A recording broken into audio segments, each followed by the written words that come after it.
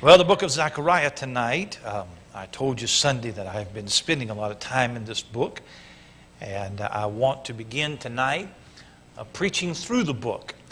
There's 14 chapters, and so the first thing I did, knowing that I have a tendency to stretch things out a little bit, as I went through the book and I kind of roughly outlined it, and I have 17 sermons that'll take us through the 14th chapter. It might possibly be 18 time we get through, but it won't be 38. All right, we'll cap it there. Now what that means is there's going to be several chapters we're going to have to cover just in one setting. So some of these sermons may be a couple of hours long to get through, but I will not do that. But I love the book of Zechariah. It would be an understatement to say that the minor prophets are among the more neglected parts of our Bible study. I have preached through the book of Jonah. I've preached through the book of Micah or Malachi. I've preached scattered sermons through the rest of the minor prophets, but that's been the extent of my preaching through the minor prophets. In fact, I thought tonight, just to illustrate the point and just to get us started, I thought that we'd take a little pop quiz on your knowledge of minor prophets. And I don't do this to embarrass anybody, and so I won't ask for a show of hands. But what do you know about minor prophets? Could you name the post-exile prophets? Could you give a summary of all, some, or any of the minor prophets? Could you name the minor prophets in order? So let's just ask a couple of questions tonight. A little bit orthodox, but let's just ask a couple of questions. Which prophet prophesied against the long-standing enemy of Israel, Edom? Who prophesied against Edom? Does anybody know? The Obadiah. But Ezekiel did as well, but he's not a minor prophet. All right, this is depressing. Which prophet denounced the priests for cheating God in the sacrifices? We got one. We got a Malachi. Malachi is the right answer. Which prophet begins with a story about locusts? Very prominent in the first chapter. Joel, brother Joel. Yeah. Which prophet prophesied the Messiah would come riding on the colt of an ass? See, that's why you need to be here tonight. Zechariah did that. Yeah. Which prophet did Peter quote in Acts 2 on the day of Pentecost, referring to the outpouring of the Holy Spirit? Joel, okay, you got that one. Which prophet prophesied the birthplace of the Messiah? Micah. Yeah, not too bad. But it goes to, I'm not trying to embarrass anybody, but it goes to illustrate that we don't study the minor prophets as much. We try to stay away from them. For one thing, they're not the easiest to relate to today. What does Zephaniah have to do with you in 2017? In fact, who is Zephaniah? Who was the guy? Personally, I have more problems with Ezekiel than any other book. I have a tough time in Ezekiel. I have an easier time with Leviticus than I do with the book of Ezekiel. But most people would say that Zechariah would be one of the toughest books in the Bible. And if you read through Zechariah, in just a minute, we're going to get into 8, well, not in a minute, in a couple of weeks. There's 8 visions that he starts out with, and they are odd. They are odd visions. So what do they mean? And the truth of the matter is that we don't have to be at loss or dark in the Bible. And here's the reason why. Because the whole Bible has one author. It's divinely inspired. There's no contradictions. I have indwelling in me the Spirit of Christ, who is the Spirit of truth, and he teaches me. And we really ought to have as much understanding about Zechariah as we do about the Gospel of John or any other part of the Bible. And so tonight we begin with a Bible study on the book of Zechariah. And I'm learning with you, all right? Now, whenever I start studying a book, I have to start with context. I know of no other way to do that. So I always start out with just a series of questions, and I try to fill out those questions. So tonight, I've got to give you some background. You've got to stay awake on purpose. And then at the end, we'll cover the first 6 verses, and we'll do it very quickly tonight, all right? So the first thing that I always ask when I open up a book and I begin to study it, here's the first thing: who wrote the book? Who is the author of the book? All right? Well, there are 27 men in the Bible named Zechariah. 27 different Zechariahs. It was a very common name in Israel. This Zechariah gives you hardly any biographical information on himself. But if you go to Ezra and Nehemiah, you'll learn a lot about this particular Zechariah. From verse number 1, you will find that he is the son of Berechiah, who is the son of Iddo, the prophet. Berechiah, he's not mentioned anywhere else in the Bible except in verse number 1.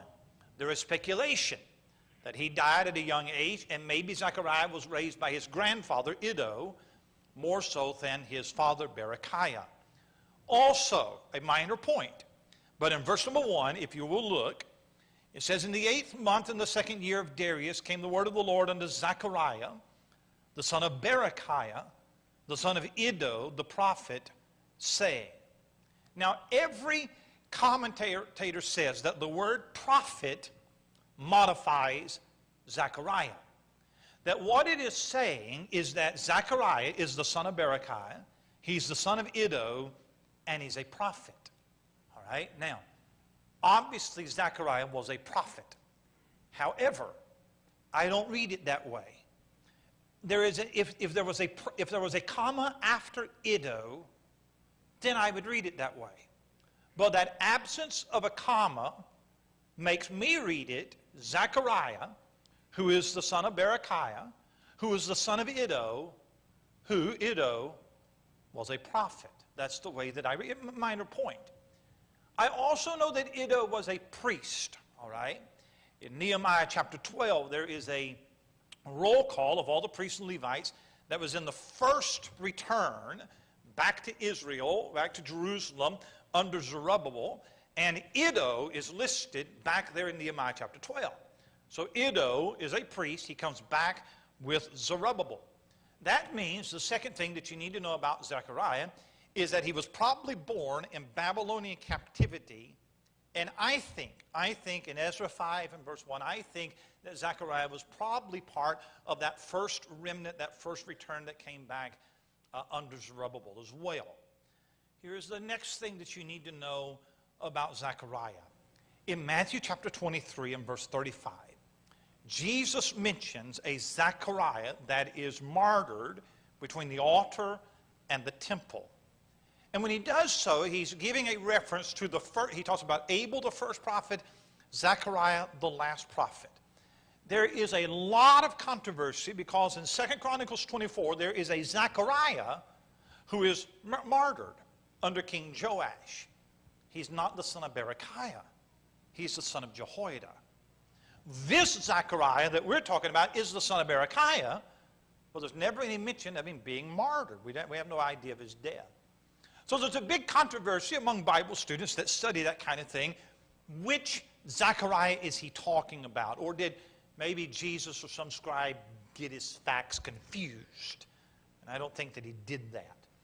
I have written a long paper on the pros and cons of both, and why I believe that this Zechariah is the Zechariah that Jesus is referring to in Matthew chapter 23. You would have no interest in it. It would bore you to tears, and so I'm not even going to bother. But I believe that Matthew 23 and verse 35, Jesus is talking about this Zechariah. If you will notice again in verse number 1, there are 3 names that are mentioned. There is Zechariah, Berechiah, and there is Iddo. The name Zechariah means God remembers. The name Berechiah means God blesses. The name Iddo means the appointed time. God remembers, God blesses the appointed time. By the way, That's the message of the book of Zechariah, is that God remembers and God will bless you in his appointed time. And so the message of the book is reflected in the three names in verse 1. So the author is Zechariah. Now the second thing that I always look at when I open up a book and I begin to study it, I always look at when was it written, what was going on, the date of the book. Now it's easy. You found if you're looking at verse number 1. In the 8th month, in the 2nd year of Darius. The 2nd year of Darius. Now you know your Israelite history, and boy, Brother Stark really laid this out real well in Old Testament History and Bible Institute. The Persian king that allowed the Jews to return to their homeland, his name was Cyrus. 8 years after Cyrus passed that decree, he died. And his son Cambyses took over. Cambyses made his mark on the world by conquering Egypt. Cambyses didn't have any sons to follow him. He ended up committing suicide. There was a power vacancy in the Persian Empire, and that's where Darius, rose to power. He replaced Cambyses as the king.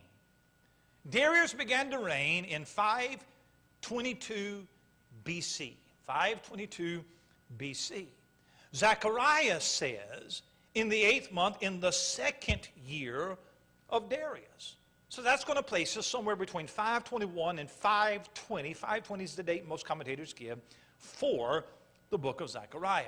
Now, there is something unique about this statement. The 2nd year of Darius. All of the prophets, all of them, date their prophecy by whoever was the king at that time.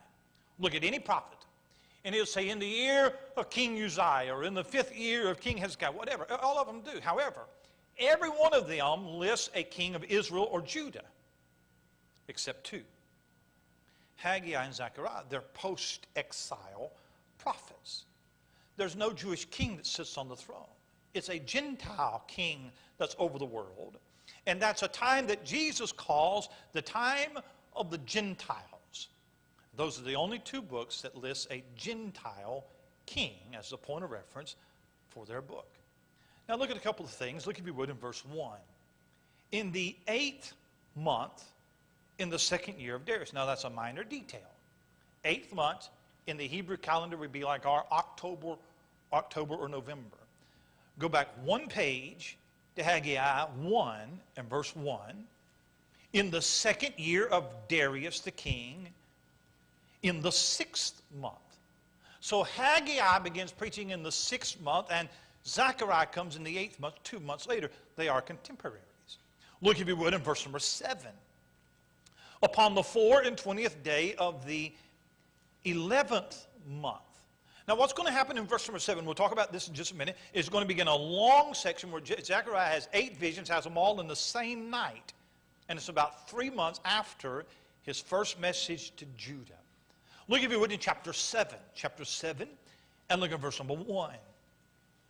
It came to pass in the 4th year of King Darius, last part, in the 4th day of the 9th month.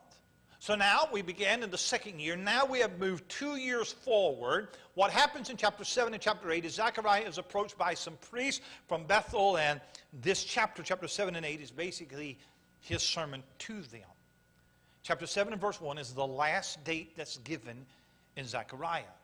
There is no date for chapter 9 through 14. And because of that, a lot of commentators think that Zechariah either wrote it many years later, or a different Zechariah wrote chapter 9 through 14. I don't believe it was a different Zechariah, but it could have been written many, many years after the first 8 chapters. So that's when it was written. Now, when I open up a book, the next thing that I look at is I'm looking for the setting. I love to study history.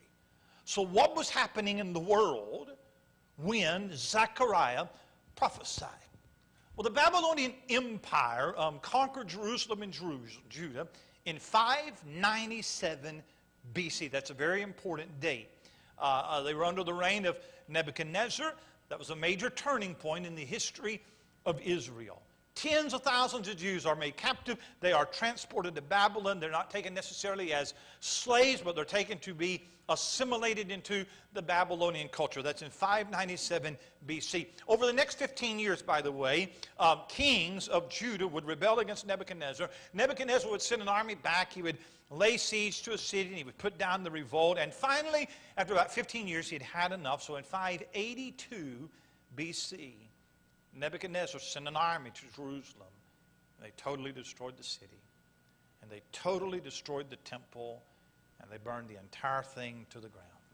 A lot of Jews fled to Egypt. Jeremiah was taken to Egypt at that time. The poor Jews were left in this war-ravaged land just to try to survive the best that they could. If you fast forward 70 years to get to 539 BC, that's when the Persian Empire takes over the Babylonians, and Cyrus becomes the new most powerful man on earth. And the first thing that he does is he passes this decree that permits the Jews to return to their homeland. By the way, other captive people can go back to their homelands as well. And so they come back, and they can come back and they rebuild their temple and their city. And all of this is in fulfillment of the prophecies of restoration. Just as there had been 3 deportations to Babylon, there are going to be 3 returns back to Jerusalem. The first one is in 537 BC. It's under the leadership of a man named Zerubbabel. 42,360 Jews make a 4-month journey back across the desert, back to Jerusalem. You read about it in the book of Ezra, Ezra chapter 1 through chapter number 4. In 70 years, a lot of Jews have settled down in Babylon. They have built homes, they have built farms, they have married, they have dug roots in the new land, and they have decided not to stay. They're comfortable there. And so the ones that go back are called the remnant. And when they come back to the rubble of a ruined temple. And they find the exact spot where the altar had been. Within 7 months, they had erected a new altar. And for the first time in 70 years, they began offering sacrifices to God. You read about it in Ezra chapter 3. Within 2 years, they began to rebuild the temple. That temple would be known as Zerubbabel's temple. They laid the foundation, maybe got the first couple of rows of stones laid, and then they began to face opposition from groups around them, namely the Samaritans and maybe some other groups, and they got discouraged. And so in discouragement, they stopped construction on the temple after 2 years, and even when the leader of the Samaritan opposition died, they still were discouraged, and it just lay there, and for 18 years, they did nothing. And 18 years later, God sent them a prophet. And his name was Haggai. Very little is known about Haggai. But Haggai came into Jerusalem. He preached 4 sermons over a 15-week period. And here's what his challenge was. Finish the temple. And his preaching sparked a revival in Jerusalem. And that revival led those people to pick up their tools again. And after 18 years of discouragement, begin again to construct that temple. In the middle of that revival, God sent him another prophet, and his name is Zechariah. Haggai got him started. Zechariah kept him going. His ministry is going to last for at least 2 years, and that's how long it would take him to complete rebuilding that temple. His name means God remembers, and that's what his message is. His message is that God made you promises and God remembers those promises, so let God be your comfort and be comforted in the glorious future that God has for you as a people. And the book of Zechariah is a book of comfort. It is a book of blessing. It is a book of encouragement. That's the setting of the book. When I open up a new book to study it, I always try to outline it. Now, Sunday night, we had a preacher here, Lee Davis, who is a master outliner. He outlines everything. I'm not that good. I can come up with about 3 points. That's about it, all right? But here's the way that I would outline, just to give you a basic outline of the book of Zechariah. In chapter 1, verse 1 through 6, which will be our text tonight, is a prelude. It is simply an introduction, Zechariah's first message. Verse number 7 all the way to chapter 6 and verse 15 I call pictures. Because in those chapters are 8 visions in one night. Strange visions. They all say the same thing, basically. God's working on your behalf. We'll look at all 8 of those visions. Chapter 7 and 8 I call problems. Comes 2 years later, as we've already seen, there's a delegation of priests that come from Bethel. They come to Zechariah with some Bible questions. Here's their question.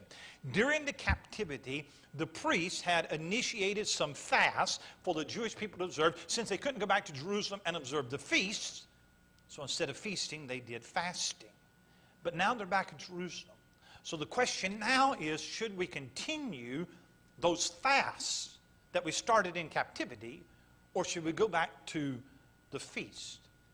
And in those 2 chapters, chapters 7 and 8, Zechariah's message is that God is concerned not with the outward formality. He is concerned with your heart, not just an outward religious observance. And he warns them.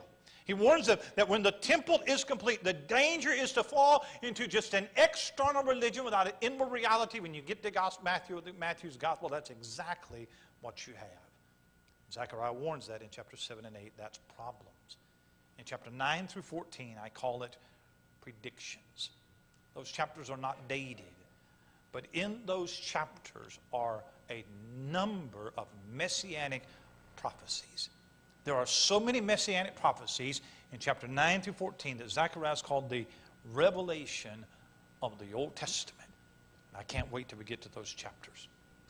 The final thing that I look for when I study a book is, what is the theme? What is the book about overall? The book of Matthew is the gospel to the Jews. So what is the theme of the book of Zechariah? Well, overall, the theme is God remembers. That's what it's all about.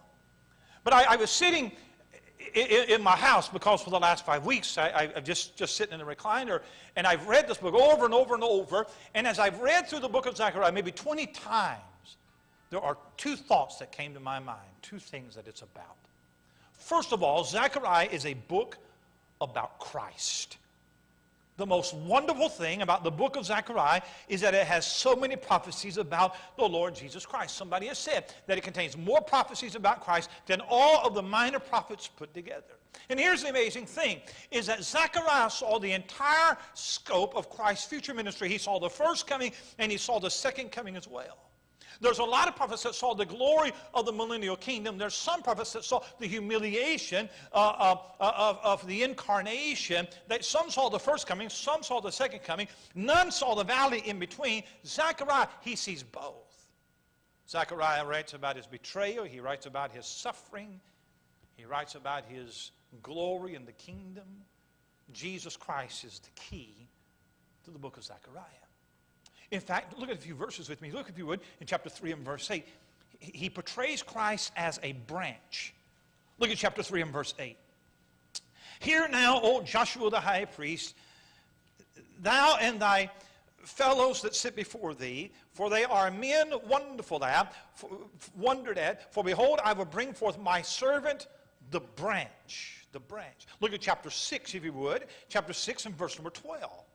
Speak unto him, saying, Thus speaketh the Lord of hosts, saying, Behold, this man, whose name is the branch, he shall go up out of his place, he shall build the temple of the Lord, even he shall build the temple of the Lord, he shall bear the glory, and shall sit and rule upon his throne, he shall be a priest upon his throne, and the counsel of the peace shall be between them both. By the way, Isaiah started it out, Isaiah chapter 11, Isaiah talks about Christ as the branch that comes out of the root of David.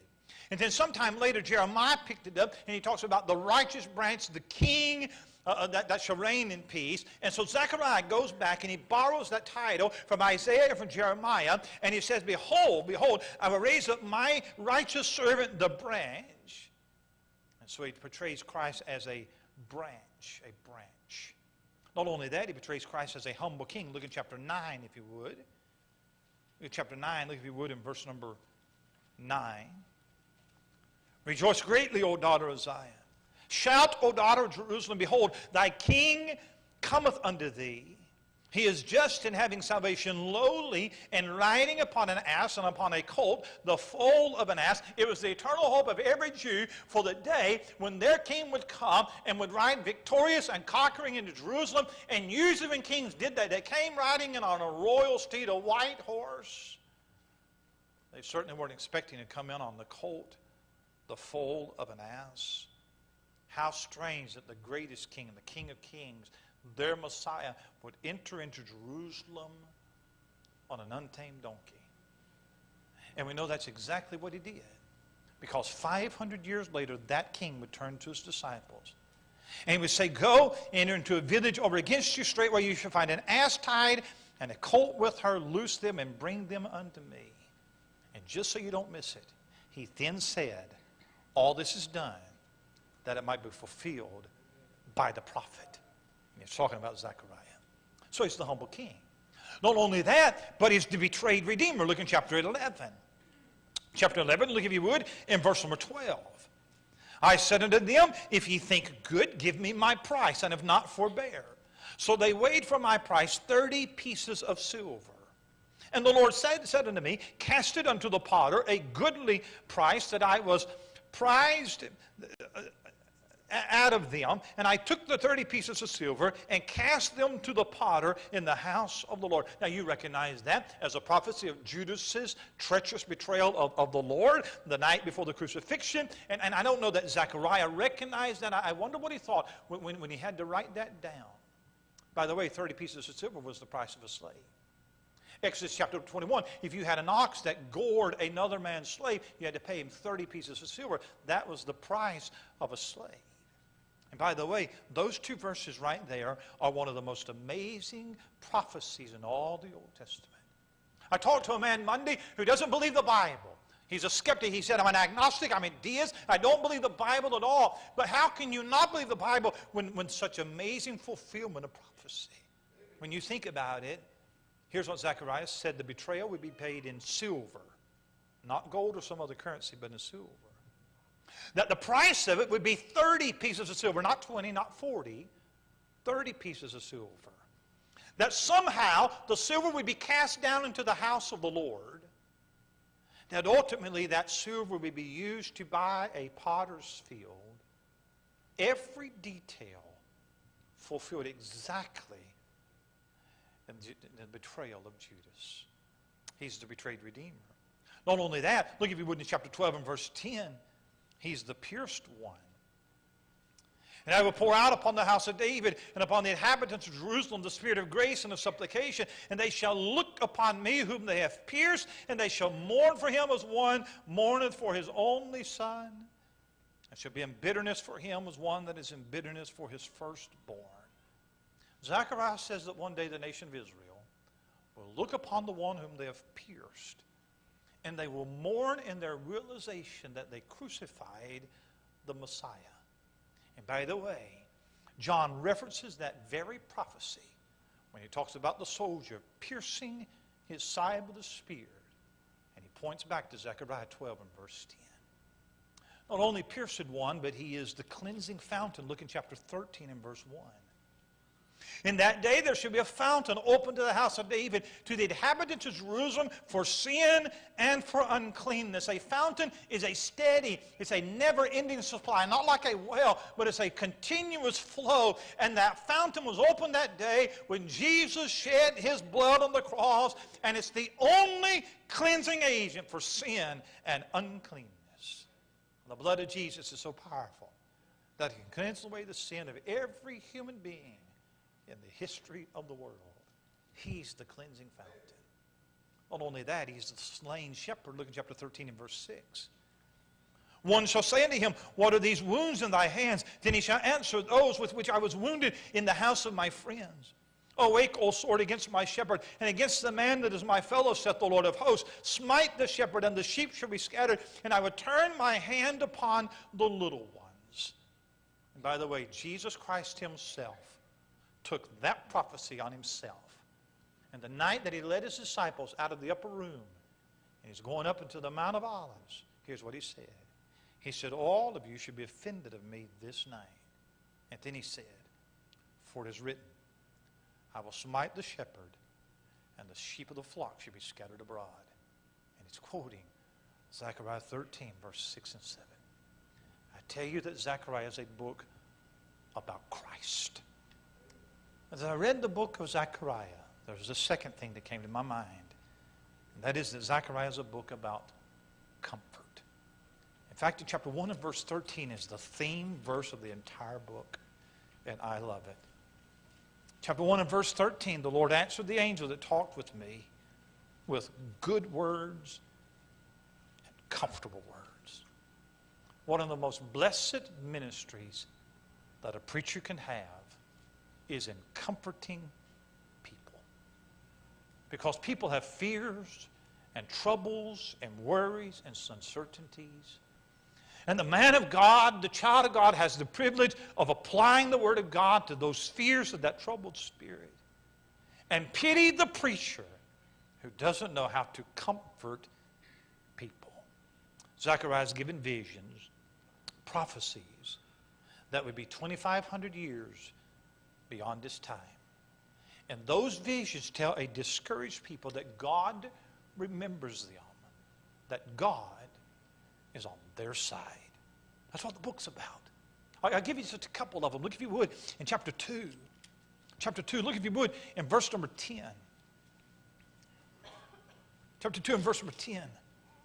Sing and rejoice, O daughter of Zion, for lo, I come. I will dwell in the midst of thee, saith the Lord. And many nations shall be joined to the Lord in that day, and shall be my people. And I will dwell in the midst of thee, and thou shalt know that the Lord of hosts has sent me unto thee. One day, Jerusalem, you will be the center of world worship. Look, if you would, in chapter 12. Chapter 12 and verse 10. Here's this verse again. I love it. I pour upon the house of David and upon the inhabitants of Jerusalem the spirit of grace and of supplication. They shall look upon me whom they have pierced, and they shall mourn for him as one who mourneth for his only son. Israel's going to be converted when they recognize the pierced one. I won't get into prophecy tonight for the sake of time. Some people believe that at the rapture that nobody can get saved after the rapture. And I don't believe that. I believe there's a lot of people get saved during the tribulation. There's 144,000 Jewish witnesses that go out throughout the world, and there's people that are martyred for their faith. There's some who don't take the mark of the beast. There's some who do. Anyway, I had a burden the other day. You know how God burdens your heart? So I had a doctor's visit Monday, my follow-up visit after my surgery Monday. My doctor is Dr. Kern over at West Florida. He's a neurosurgeon. I had looked him up online and just tried to find a good doctor when I was looking for a doctor for the surgery. And I may have told you this, that you can go online and you can look at reviews of doctors, people that's been operated on by him, and you can read whether he's good or bad in their eyes. And this doctor, this particular doctor, all of his reviews were 1, which would be worst, or 5, which is very best. What way is this? And so I looked, and all of the ones were, he's rude, he's abrupt, he's crude, he don't talk, he has terrible bedside manners. Well, I could care less. I don't need you to hold my hand. All of the 5s were, he saved my life. I mean, he worked a miracle. So that's why I went there. And he did fine. He did fine, did great. So Monday was my follow-up visit. And he doesn't talk. He doesn't say much. He just, So I'm in the little waiting room in there, and I'm waiting. So he comes in, asks how I'm doing. I'm doing fine. Got a little pain. We talked about it a little bit, and everything's going just great. He asked me, "Did you preach Sunday?" He knew I was a preacher. I said, "I did. I preached one time." He said, "How'd it go?" I said, "It was a great sermon. Wonderful." It was no. I said I did fine. I told him, pain afterwards and take an Advil, that kind of stuff. He said, "Yeah, just take this and that and everything." And he said, "What denomination are you?" And I said, "I'm Baptist." He said, "Oh." He said, "You like to sing?" I said, "Oh, yeah, we love to sing." And so this doctor, this neurosurgeon, he started singing, "Ride in the chariot in the morning, Lord, ride in the chariot in the morning, Lord." So he sang that for me. I said, "Yeah, I know that song." I said, "What are you?" He said, "I'm a non-practicing Jew." I said, "Really?" He said, "Yeah." He said, "I'm agnostic." He said, "I'm seeking, but," he said, I believe in something. I don't believe in Jehovah God. I don't believe in, I said, "How about that?" And for the next 20 minutes, we didn't talk about my leg or my back. And for 20 minutes, sitting in that doctor's office, the Lord opened up one of the best witnesses I've ever had. He's an intellect. A lot of questions. You know what his biggest question is? You know what his biggest hang-up is? Is why does this great, loving, powerful God allow evil? Why does a mudslide happen and 10,000 children die? And it wasn't their fault. So the problem goes back to Genesis chapter 3. It's the curse. We're living in a cursed earth. He didn't create that. He gave man free will. This is a result of the curse. And I said it would be a cruel God to allow that, but the grace of God is that he gave us the cure. And we talked about Christ. Of course, he doesn't believe in Jesus Christ. And for 20 minutes, boy, we had a great witness. And I want you to pray. I'm not scheduled to go back to him, but I'm going to go back to him. I'm going to have another doctor's visit. And when I read this verse right here, I believe there'll be a lot of Jews that get saved during the tribulation. And I'm praying every day for Dr. Kern. Because I walked away, Brother Dave, my heart broken. And we talked about the Jewish race, what we believe about the Jewish race. And my heart broke because here's one of God's chosen. And I'm hoping that one day, if he doesn't die first, I'm hoping the Lord will give him grace to one day he'll be able to see. Man, the pierced one. Well, the book of Zechariah, it's about Christ. It's about comfort. Now that brings us tonight to chapter 1 and verse number 1. It's an introduction. It's the opening message to the people of Judah. It sets the stage for the rest of the book. God remembers Judah and God remembers his promise to them. He has brought them back from captivity. He wants to bless them. He wants to restore them to their former glory. There's blessings in store for Israel, millennial blessings. However, there's a prerequisite for blessing. And that's what you find in these chapters. If you're in these verses, look if you would in verse number 2. The Lord hath been sore displeased with your fathers. Therefore say thou unto them, thus saith the Lord of hosts, turn ye unto me, saith the Lord of hosts, and I will turn unto you, saith the Lord of hosts. Be ye not as your fathers, and unto whom the former fathers have cried, saying, thus saith the Lord of hosts, turn ye now from your evil ways and from your evil doings. But they did not hear, nor hearken unto me, saith the Lord. Your fathers, where are they? The prophets, do they live forever? But my words and my statutes, which I commanded my servants the prophets, did they not take hold of your fathers? And they returned and said, like as the Lord of hosts thought to do unto us, according to our ways and according to our doings, so hath he dealt with us. I'll take just a few minutes tonight. If you're still awake, I'll take just a few minutes and just give you a couple of things. And here's the way I would look at it. In verse number 2, there is a caution to heed. The Lord hath been sore displeased with your fathers. Well, that's a pretty obvious statement. All they'd have to do is look around them for plenty of illustrations. Because there was not a Jew in that day that didn't know that their defeat and their humiliation had been not by the hand of the Babylonians, but by the hand of God. And the rubble and the ruin of Jerusalem spoke to that. The Babylonians and the Assyrians had only been tools in God's hands for an angry God to chasten the nation for their idolatry. Now that might seem like a strange way to open up a book of comfort, but I want to tell you that verse number 2 is a message that every generation needs to hear, because the liberal theologian has painted a picture of God as a doting grandfather type who winks at sin, hopes everybody gets along, and everybody will just play nice. If you will listen to the Joel Osteens of the world, you will come away thinking that the only attribute that God has is love. But Zechariah doesn't open with love. He opens with the sore displeasure, the wrath of God. And I was thinking today, I would love to see somebody like Beth Moore do a Bible study devotional guide on the things that makes God angry. I think that would be a big seller, don't you? Because what do you think the flood was about? What do you think about the scattering of the people at the Tower of Babel? What do you think God's mood was when he drowned the Egyptian army in the Red Sea, or when he chastised the children of Israel in the wilderness? What about when he opened up the earth and swallowed up Korah and all of those rebels? What about hail? And don't ever make the mistake to think that God is just a God of love. There is a caution to heed. There are blessings in store, but there's a place of blessing. There's a caution to heed. Secondly, there's a call to holiness. Look at verse 3. Therefore say thou unto them, Thus saith the Lord of hosts, Turn ye unto me, saith the Lord of hosts, and I will turn unto you, saith the Lord of hosts. Now, three times, you find that little phrase, Lord of hosts, seems a little bit redundant. It's three times in one verse. That phrase will show up 53 times in the book. Host means army. So Lord of hosts means Lord of army. It always reminds you of the power of God. And what God does in verse number 3 is He extends an invitation. Here's the invitation.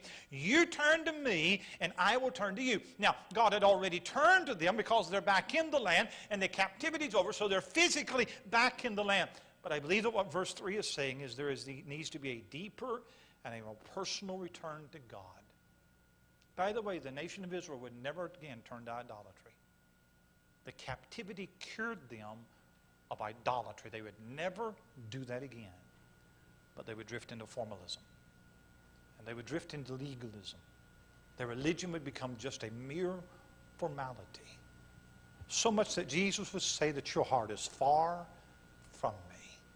So it's not just a physical turn, but turn to Him with your heart. Incline your heart to Him. Men of Israel, draw nigh to God with a fervent heart. And it reminds me of James 4 and verse number 8. Draw nigh to God, and He will draw nigh to you. And by the way, that's not just a one-time event.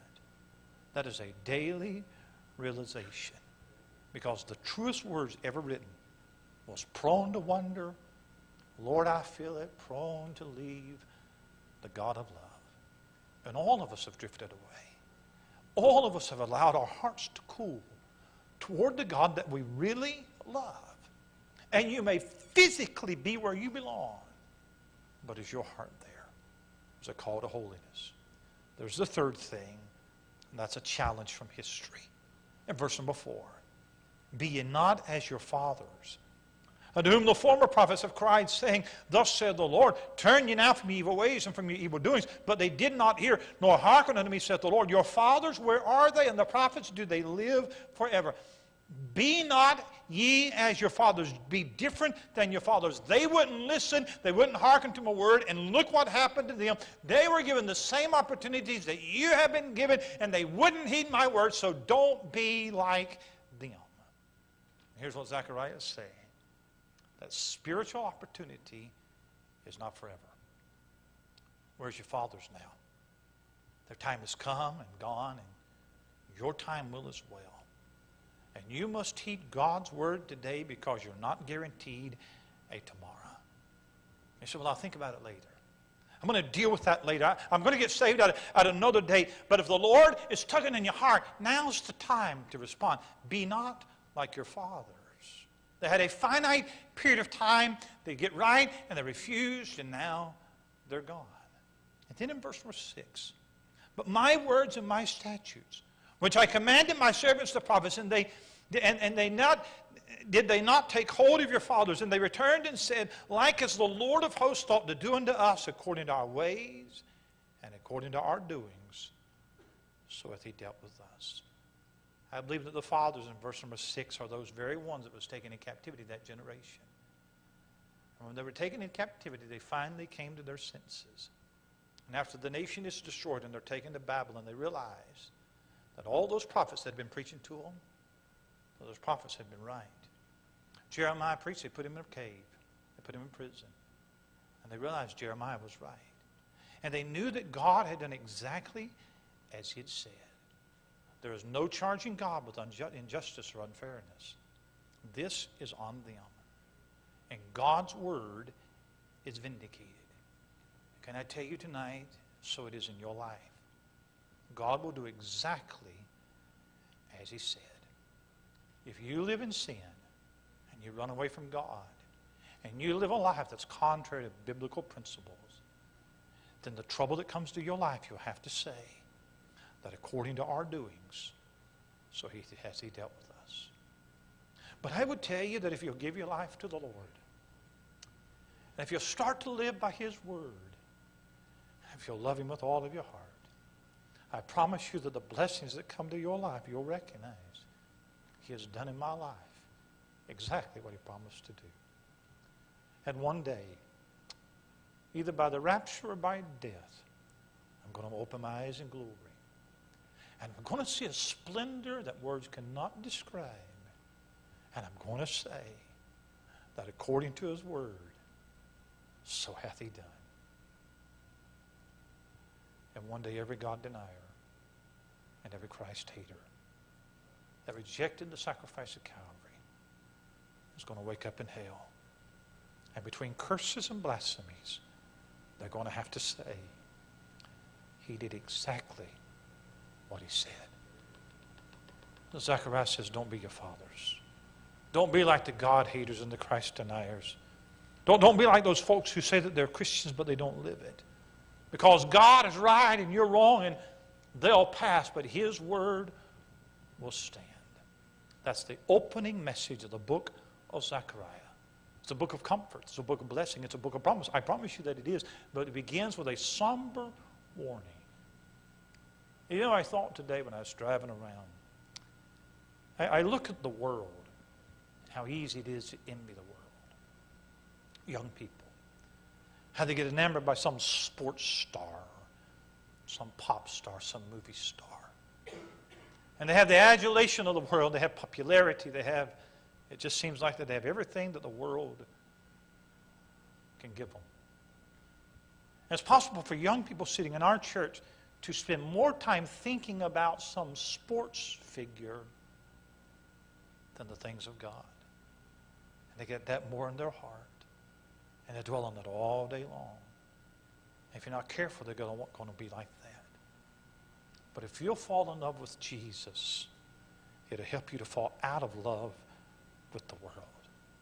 And if you want to be in the place of blessing, then know that it begins with true repentance, verse 2, and obedience to the Word of God.